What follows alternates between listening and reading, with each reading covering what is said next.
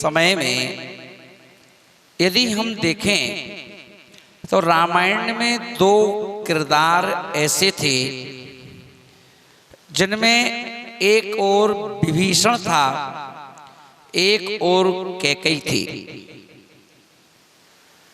विभीषण रावण के परिवार में रावण का ही एक भाई था और वहीं कैकेयी राम जैसे चरित्र के धनी उनके परिवार में राम मर्यादा पुरुषोत्तम राम की मां के किरदार में कैकेयी का नाम था। अब अपन ये देखें कि एक परिवार राम का था, एक परिवार रावण का था। विभीषण कहा जाता था कि रावण को राक्षस के बंध का, कि रावण को उस समय राक्षस की संज्ञा दी गई थी कि सभी लोग यह बोलते थे कि ये राक्षस आ गए, राक्षसों ने हमला कर दिया, राक्षसों ने आक्रमण कर दिया। और अब देखें, पर उन राक्षसों के बीच में रहते हुए भी वह जो विभीषण था उस पर राक्षसपना नहीं छाया। वह विभीषण राक्षसों के बीच में रहकर के भी उसे ना तो राम के प्रति घृणा का भाव था, न सीता मां के प्रति बुरे भाव थे। और एक दिन ऐसा आया कि वही विभीषण को जब उसने अपने रावण जैसे भाई को हित के लिए समझाया कि देखो भैया आप गलत कर रहे हो, काय को छेड़ रहे हो, भाई राम की सीता है उसे आप वापस कर दो, उसे आप वापस सौंप दो, जिससे लड़ाई भी नहीं होगी, झगड़ा भी नहीं होगा और हमारी लंका बची रहेगी। मगर अहंकार के वशीभूत होकर के वह रावण भले ही ज्ञानी था पर अहंकार ने उसको झुकने से मना कर दिया कि नहीं, मैं झुकूंगा नहीं, चाहे मर जाऊंगा, युद्ध करना पड़ेगा राम को। विभीषण ने बहुत समझाया और जब विभीषण ने समझाया तो जब व्यक्ति के पास अहंकार घूमता है तो वह व्यक्ति किसी की सुनता नहीं है। और उसने क्या किया, विभीषण को ही भला बुरा बोल दिया और वह विभीषण वो गुस्से से निकाल दिया कि मेरी लंका से निकल जाओ, तुम राम के गुण गाते हो, तुम राम की बातें करते हो, तुम राम के बारे में ऐसा बोलते हो और मेरे बारे में बुरा बोलते हो, निकल जाओ यहां से। विभीषण निकल गया। पर सोचो, वही विभीषण रावण की हार का कारण बना। अब वही विभीषण राम की शरण में चला गया, राम के चरणों में उसने उन्हें गुरु स्वीकार कर लिया और उनकी भक्ति करने लगा। और वही जब रावण विभीषण से रहित होने पर इतने बड़े बड़े योद्धा मेघनाद, कुंभकर्ण और बड़े बड़े मरीचि जैसे जीव जिनकी सभा में थे, वह रावण एक दिन हार गया और विभीषण को लंका का अधिपति बना दिया गया। और वहां ये रावण के राज में रह करके भी विभीषण बिगड़े नहीं और वहां राम के राज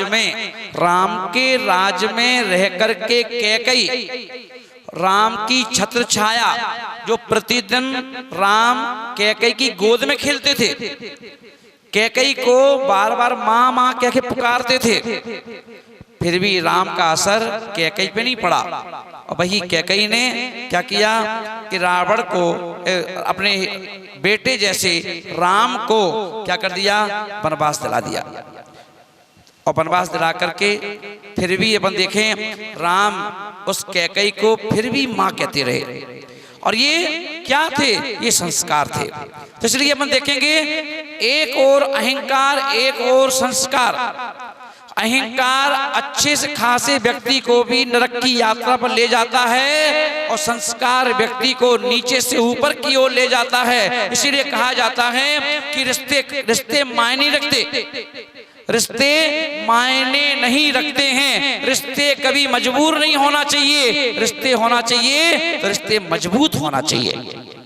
तो मजबूत रिश्ते हमारे लिए ऊंचाइयों पर ले जाते हैं और कमजोर रिश्ते जो मजबूर होते हैं, मजबूरी में जिसे रखना पड़े, मजबूरी में जिसके साथ रहना पड़े, वहां पर प्यार मोहब्बत प्रेम नहीं हो सकता।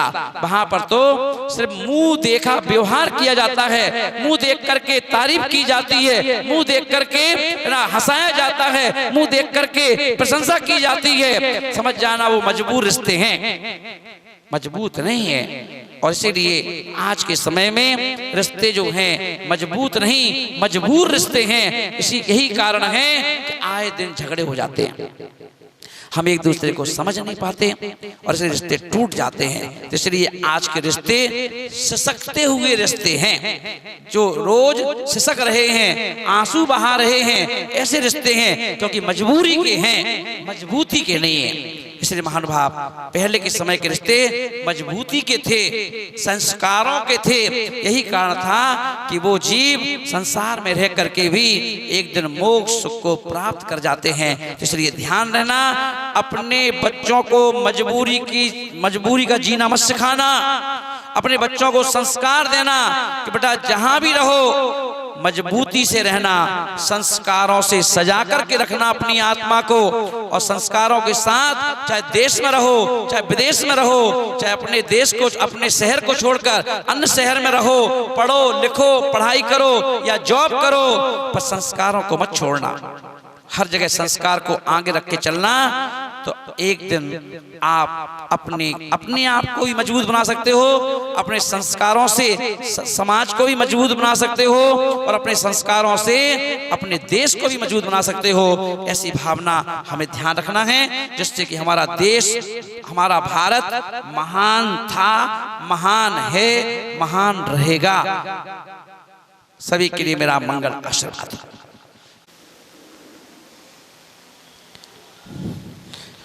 कि किससे मांग रहा है पगले ये तेरा परिवार नहीं, कि किससे मांग रहा है पगले यह तेरा परिवार नहीं, और कोई किसी का दर्द घटा दे ऐसा ये संसार नहीं।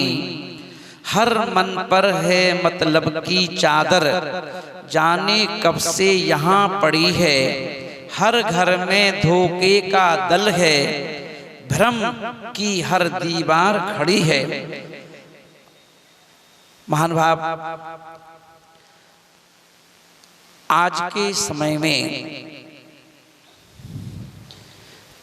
एक चीज होती है नियत और एक चीज होती है दिखावा।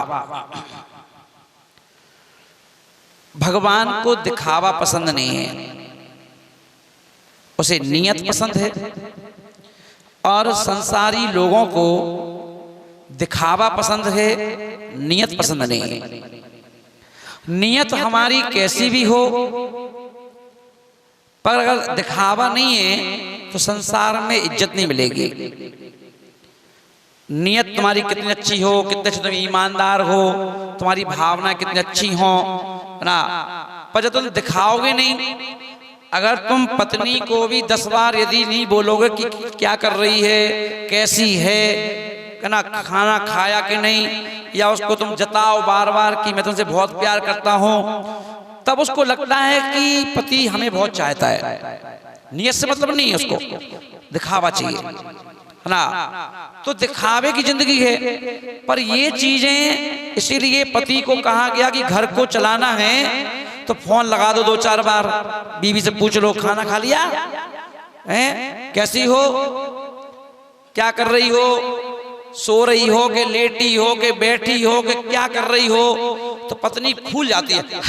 कितना ध्यान रखते हैं, कितना चाहते हैं हमारे लिए। अपनी सहेली को बताएगी, 10 बार फोन आता है, 15 बार पूछ लेते हैं वो हमारे बारे में। अब यही समझ रहे कि ये दिखावा है कि नियत है। वो समझ गया, डॉक्टर जैसे नब्ज पकड़ करके मरीज का इलाज करता है, ऐसे ही उस पति ने तुम्हारी नियत पकड़ ली कि तुम्हें क्या पसंद है ना।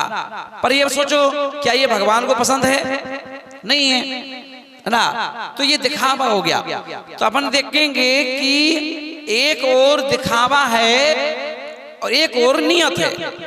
जहां नियत है, अब साधु संतों के पास दिखावा नहीं है, ना कपड़े हैं, ना गाड़ी है, ना बंगला है, ना मकान है, ना कुछ है, तो नियत है यहाँ पर। तो नियत है, तो इसलिए अपन देखते हो साधु संतों की दुकान कम चलती है। उनको कौन सा रिश्तेदार बुला रहा है? शादी में बुला रहा है कि किसने बुला रहा है? कोई बुला रहा है क्या? नहीं बुला रहा है। तो मालूम है ये तो नियत वाले हैं भैया, इन्हें क्या करेंगे बुला के, है ना। तो अपन देखें कि शादी में दूल्हा दुल्हन एक एक सीजन में अगर 10 शादी होती हैं, 15 शादी होती हैं, तो कौन से दूल्हा दुल्हन साधु के पास आशीर्वाद लेने आ रहे हैं? नहीं जाते। माना कि नियत वाले के पास क्या जाना है, दिखावा वाले के पास जाते हो, है ना। दिखावा वाले के पास चलो भाई, फलानी होटल, फलाना भोजन, फलाना ढाबा, है ना, यहाँ का ऐसा करेंगे। इसलिए अपन देखते हैं शादी में एक एक दिन का जो भोजन है, वो भोजन ही 2000 की थाली, 3000 की थाली, है ना। उसके बाद आपका ऐसी होटल में शादी होगी, है ना।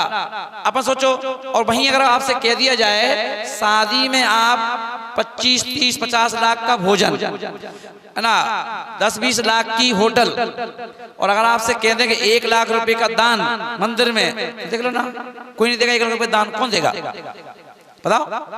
मंदिर में कोई दान देगा क्या? अगर हर शादी वाला अपनी जब बेटी की शादी करे, लड़की वाला बेटी की शादी में 2 करोड़ खर्च कर देगा, मगर कभी कोई लड़की वाला ऐसा आया क्या कि भाई लड़की की शादी है, जब 2 करोड़ रुपया हम शादी में खर्च कर रहे हैं, तो 2 लाख रुपया लड़की की शादी अच्छी रहे, परिवार अच्छा रहे, घर में शांति रहे, इसलिए 2 लाख रुपए का दान। आज तक ऐसा एक भी केस नहीं आया। क्यों? क्योंकि यहां नियत है।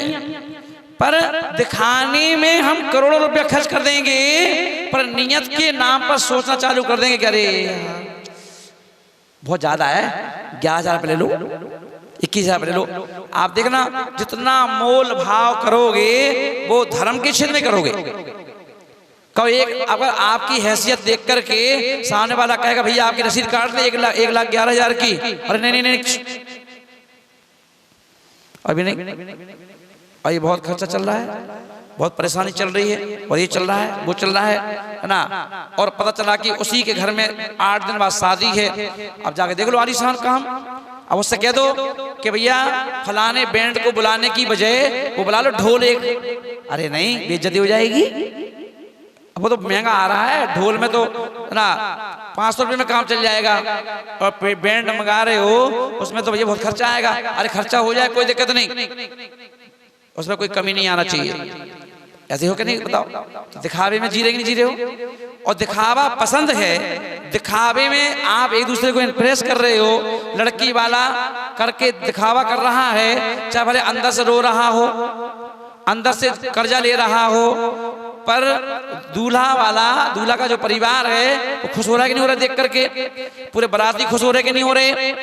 कितनी बहुत अच्छे रिश्तेदार मिले भाई, बहुत अच्छी शादी की, क्या गजब की शादी की।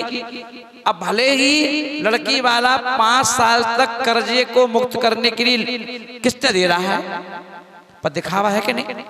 दिखावे में उसकी प्रशंसा हुई कि नहीं? दिखावे से तो उसकी शान बढ़ी कि नहीं? दोनों की शान बढ़ी कि नहीं बढ़ी दिखाने से? पर भगवान खुश हुए क्या? फिर क्यों कहते हो कि घर में परेशानी आ रही है, बेटी परेशान है, धंधा पानी खत्म हो गया जब से शादी हुई है, बेटी को परेशानी आ रही है, घर में झगड़े बढ़ गए, लड़ाई बढ़ गई। अब क्यों कह रहे हो? क्योंकि जो पुण्य बढ़ता है वो पुण्य बढ़ता है नियत से। दिखावे से पाप कर्म का आश्रय होता है, पुण्य नहीं बढ़ता। कौन ऐसा व्यक्ति है जो कहे कि शादी है तो भैया 3 दिन पहले से विधान कर रहे हैं? किस लिए विधान कर रहे हो? इसलिए विधान कर रहे हैं कि हमारी बेटी की शादी अच्छी रहे, परिवार अच्छा रहे, घर में सबके भाव भावनाएं विचार व्यवहार अच्छा रहे। कौन कर रहा है? तो अपन देखा नहीं करते अपन। इसलिए महानुभाव 2 चीजें हैं, नियत और दूसरा दिखावा। पर अपन देखेंगे दिखावा संसार को पसंद है, नियत पसंद नहीं है। और पति कितने अच्छा हो, उसकी कितनी अच्छी नियत हो, पर तुम्हें अगर पत्नी से वो बोलता ना हो, जताता ना हो, बच्चों के साथ बैठता ना हो, बच्चों को बार बार दुला रहे ना, तो लोग क्या कहेंगे कि ऐसी किस्मत फूट गई हमारी, तो ऐसा पति मिलो। बच्चे भी ये कहेंगे ऐसे पापा मिले, बोलते ही नहीं है, इन्हें मतलब ही नहीं है। अरे भैया मतलब नहीं है तो मार तो नहीं रहे ना, तुम्हें खर्चा दे ही रहे हैं, कमा के ला के दे ही रहे हैं, तुमसे तो रोक नहीं रहे, तुम्हें तो मोबाइल लाना मोबाइल ले आओ, गाड़ी लाना गाड़ी ले आओ, पर वो बोल नहीं रहा है, जता नहीं रहा है, दिखावा नहीं कर रहा है, तो बेकार है। तो इसलिए आचरण बोल रहे हैं कि संसार में जितना ज्यादा दिखावा करोगे उतने ज्यादा सुख रहोगे, खुशी रहोगे, मगर कर्मों से जूझना पड़ेगा, क्योंकि परमात्मा साथ नहीं देता। परमात्मा दिखाने के साथ नहीं होता है, परमात्मा को आपकी नियत चाहिए। क्योंकि संसारी लोग अपनी चमड़े की आंखों से देखते हैं तो दिखावा, ओ कितना बड़ा मकान है, कितनी बड़ी कोठी है, ओ कौन सी गाड़ी है, अच्छा मर्सिडीज है, अच्छा ओडी कार है, अच्छा ये है, तो अपन किससे देख रहे हो, आंखों से, तो खुश हो जाते हो, है ना। मगर परमात्मा को न तुम्हारी गाड़ी से मतलब, न तुम्हारे मकान से मतलब, न तुम्हारे रिश्तेदारों से मतलब, न तुम्हारे पैसे से मतलब। परमात्मा देखता है कितने अच्छे उच्च विचार हैं, कितना अच्छा उच्च भाव है, कितनी अच्छी भावना है, परमात्मा ये देखता है। इसलिए दोनों अलग अलग चीजें हैं, एक और नियत, एक और दिखावा। जब आप दिखावे में जीते हो तो वही व्यक्ति संसार में परेशान होता है, वही व्यक्ति अर्श से फर्श पे आ जाता है। और जिसकी नियत अच्छी होती है वो व्यक्ति भले ही फर्श पर हो, पर वो फर्श से अर्श पर चला जाता है ना, जिसकी नियत अच्छी होती है। तो इसलिए परमात्मा कहते हैं कि ध्यान रखना, नियत साफ रखना, नियत को बना के रखना। नियत अच्छी होगी तो दिखावा फिर बाद में नियत के साथ दिखावा कर लो, चल जाएगा। मगर खाली दिखावे की जिंदगी कुछ समय के लिए अच्छी होती है, बाद में नियम से खून के आंसू रुलाती है। और जहां नियत अच्छी होती है तो द्रौपदी के ऊपर आपदा तो आई, सीता के ऊपर आपदा तो आई, पर नियत अच्छी थी, इसलिए सारी चीजें सीता के पक्ष में हो गई कि अग्नि में कूदने पर भी सीता के लिए वह अग्नि पानी बन गई, क्योंकि नियत साफ थी। और आज दिखावा वाला व्यक्ति कोई कूद जाए अग्नि में, आज के समय के व्यक्ति कोई कूद जाए अग्नि में, क्या होगा, जल के भस्म हो जाएगा, राख बन जाएगी राख, क्योंकि यहाँ दिखावे की जिंदगी है। इसलिए महानुभाव चूज करो कौन सी जिंदगी जीना चाहते हो। जब कभी प्राण पड़ोगे, संतों के पास जाओगे, तो ये तुम्हें कहेंगे नियत पर ध्यान दो, और संसारी लोगों के साथ रहोगे तो ये कहेंगे नियत के चक्कर में मत पड़ो, दिखावे पे ध्यान दो, तो जी जाओगे। तो महानुभाव हमें चूज करना है कि जैसे हमारी जिंदगी अच्छी रहे, हसीन रहे, इसलिए ध्यान रखना, हसीन जिंदगी को जीने के लिए नियत की बुनियाद तैयार करना पड़ेगी।